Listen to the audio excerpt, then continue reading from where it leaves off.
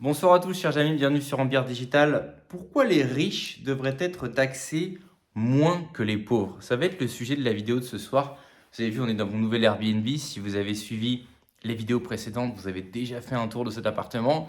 Vous avez vu qu'il y a des nouveautés, on a une petite décoration juste ici, mais l'appartement n'est pas encore prêt, donc je ne vous fais pas encore faire le tour. Je vous tease un petit peu, en plus là c'est la nuit, donc pas très intéressant. Et comme vous l'avez vu, j'ai qu'une seule source de lumière, donc pas très cosy, voilà, c'est pas super sympa, mais j'en profite quand même pour tourner cette vidéo et donc pour vous expliquer, comme je viens de le dire à l'instant, pourquoi les riches devraient être taxés moins que les pauvres. C'est très simple. En une phrase, c'est parce que les riches sont plus importants que les pauvres. Donc les pays ont tout intérêt à attirer ces gens et donc pour les attirer, comment on fait? Eh ben, on diminue les taxes. Pourquoi je dis que les riches sont plus importants que les pauvres? Je ne parle pas de ta valeur personnelle, de ta dignité humaine, là. D'accord? Je te parle dans l'économie. Un riche, il arrive avec des capitaux. Donc, il va monter des entreprises. Donc, il va générer du business. D'accord? Ça va créer de l'emploi. La vidéo pourrait s'arrêter là. Les pays ont besoin des riches. D'accord? Un pays, en fait, pour schématiser, je dirais qu'il y a 3 niveaux d'importance, de valeur. Tu as l'employé de base. Le mec n'est pas super qualifié, il a peut-être des compétences techniques, mais pas super poussées. Lui, c'est le mec, franchement, on peut s'en passer.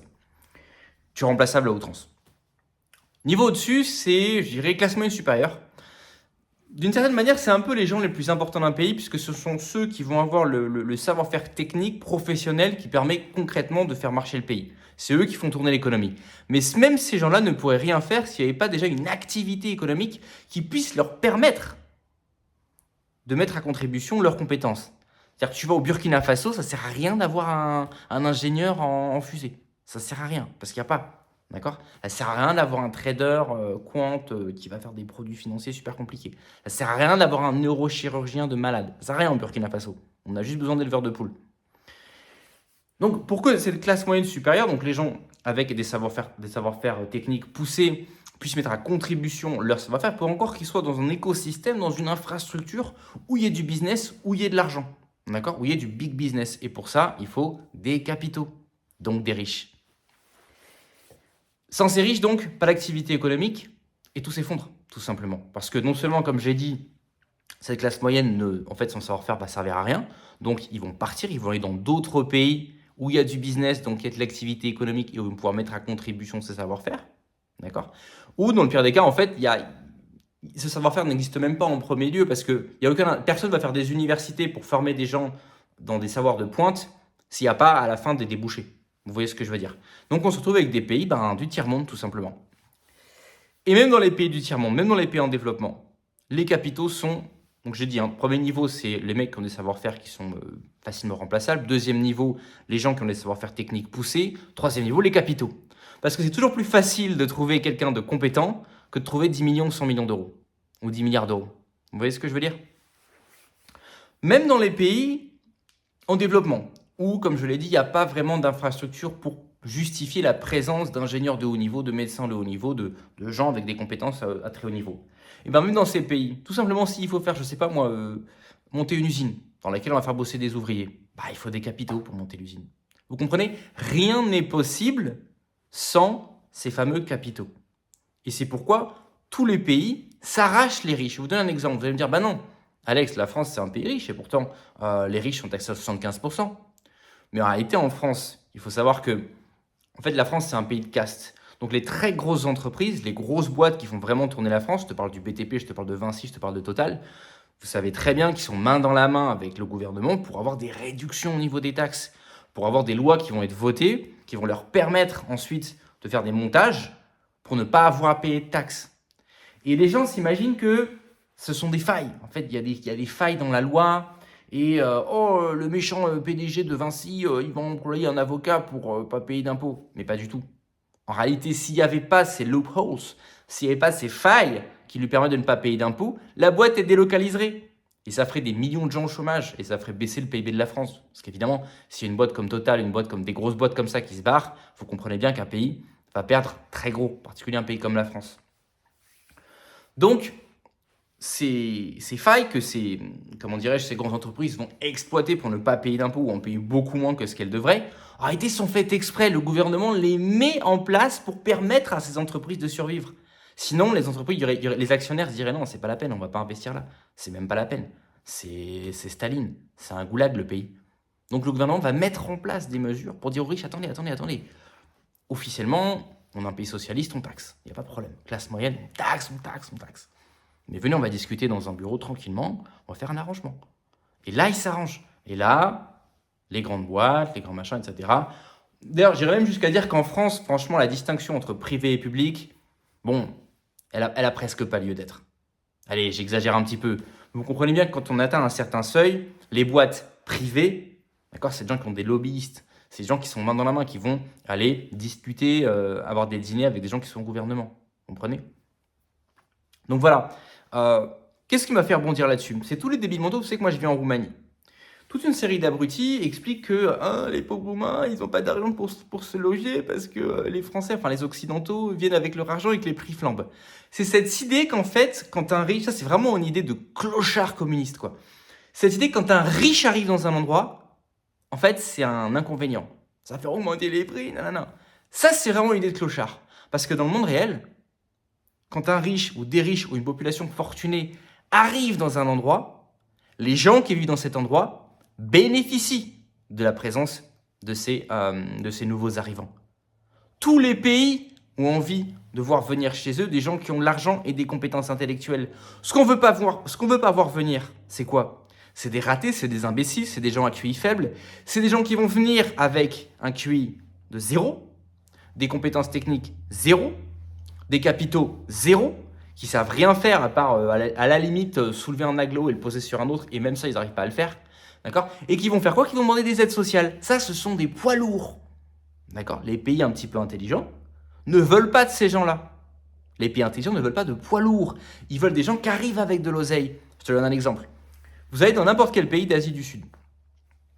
Thaïlande, tout ça. Qu'est-ce que vous allez voir systématiquement? Pour pouvoir avoir la citoyenneté, pour avoir un visa, il y a plusieurs possibilités. On peut se marier, mais on peut aussi aligner tu cash. Donc, pour pouvoir rester dans ces pays, le pays vous dit quoi? Il vous dit, tu veux un visa, tu veux venir habiter chez moi, il n'y a pas de problème. Tu as 100 000 euros en banque ou pas? Tu n'as pas 100 000 euros en banque? On ne peut pas te donner le visa. Tu as 100 000 euros en banque, il n'y a pas de problème. Bienvenue en Thaïlande. Vous voyez ce que je veux dire? Les pays intelligents qui veulent se développer vont tout faire pour faire du pied, faire de la gringue, vouloir attirer à eux des gens qui ont de l'argent. Vous croyez qu'un pays comme la Thaïlande ou comme, je sais pas, Singapour ou Dubaï sont en train de se dire « Ah mais si les riches viennent chez nous, les prix vont augmenter ?» Comment ils vont faire les travailleurs pakistanais qui vivent dans des dortoirs à Dubaï pour acheter à manger si les prix augmentent à cause des riches? Mais vous croyez vraiment qu'ils pensent comme ça? C'est vraiment une mentalité d'abruti fini. Le fait est que même les gens relativement humbles, qui vivent dans la simplicité, les Roumains, ils sont dans une ville. Oui, tout n'est pas cher. Enfin, c'est pas cher, mais en même temps, ils gagnent pas de thunes. Donc, le coût de la vie, le niveau de vie n'est pas non plus super élevé. Des riches arrivent, tout est multiplié par 5. Tout, y compris le prix de leur logement, les amis. Donc, le gars, il avait une maison qui valait 50 000 euros. 10 ans plus tard, elle en vaut 500 000. Vous êtes allé demander au propriétaire roumain dont le prix de la maison a été multiplié par 10 en 20 ans s'il n'est pas content que son pays se développe, qu'il y ait des populations d'Europe de l'Ouest qui arrivent avec des capitaux, qui arrivent avec des savoir-faire? Un pays n'en a rien à foutre qu'un type vienne avec pas de compétences et pas d'argent. D'accord? C'est pas une valeur ajoutée. D'accord? Que tu viennes, que tu partes, on s'en fout. En France, on a aujourd'hui une fuite des cerveaux, c'est-à-dire des gens compétents qui se rendent compte que, putain, mais si je vais bosser aux States, en fait, mon salaire est multiplié par 5. Donc, ils bougent. Qu'est-ce qui reste en France? Qu'est-ce qui vient en France? Pas exactement le même type de population. Il y a d'un côté des populations qui veulent venir en France et qui veulent rester en France, et d'autres populations qui veulent quitter la France. Vous voyez? Or, comme je l'ai dit, malheureusement, en fait, les populations qui se barrent, c'est celles dont on a besoin pour le pays, et celles qui restent, c'est celles qui devraient foutre le camp. Ça, c'est un autre sujet. Voilà. J'espère que cette vidéo a été instructive et a peut-être aidé certains socialistes à réfléchir un petit peu. D'accord? Les riches, on les veut. On veut qu'ils viennent et on veut qu'ils restent. Prenons encore un autre exemple. Tesla, ou je sais plus, enfin une des boîtes d'Elon Musk et beaucoup de grosses boîtes aux États-Unis qui étaient basées en Californie, ont bougé au Texas pendant ces dernières années. Pourquoi? Parce que le niveau de taxation en Californie, même Staline, ça l'a fait rougir. Donc les mecs, ils se sont dit, c'est plus possible, on peut plus faire de business ici. Trop de taxation, trop de machin. Ils ont bougé au Texas.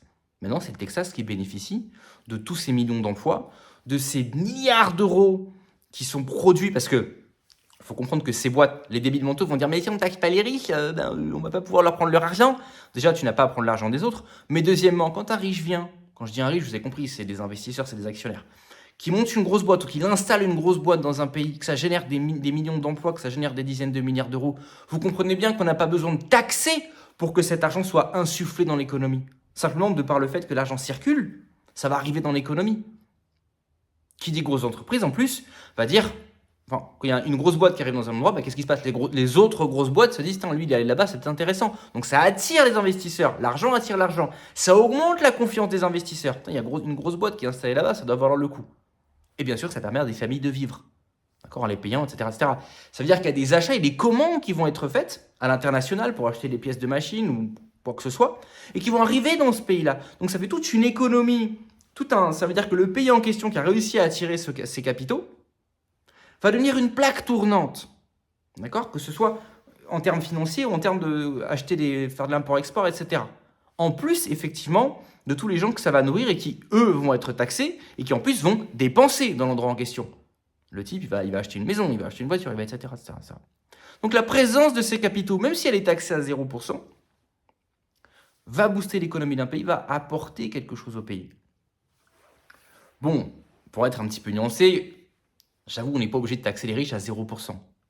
Mais sachez qu'en France, aujourd'hui, les riches sont moins taxés que les pauvres. Et c'est pas pour rien, c'est pas une injustice, c'est pas une faille, c'est nécessaire. Si demain, on taxait les riches autant qu'on le devait, les 3/4 des boîtes se barraient, vous seriez au chômage, vous serez encore plus pauvre. Vous auriez encore plus de difficultés à vous loger. Vous comprenez? Voilà, chers amis, j'espère que cette petite vidéo vous a plu. Vous avez vu un aperçu donc, de mon nouvel appartement. N'hésitez pas à mettre en commentaire vos réflexions. Est-ce que vous pensez qu'on devrait taxer les riches plus que les pauvres ou moins que les pauvres? Est-ce que vous pensez que pour un pays, ce qui est important, c'est des capitaux ou c'est des, comment dirais-je, des punks à chiens, n'est-ce pas, qui militent pour l'abolition de la viande et de la voiture thermique? Dites-moi ce que vous en pensez en commentaire. On se retrouve la prochaine fois pour un nouvel épisode d'Empire Digital. Ciao. Ah, et n'oubliez pas, description, commentaire, inscrivez-vous à la newsletter, etc., etc., etc. Tchuss.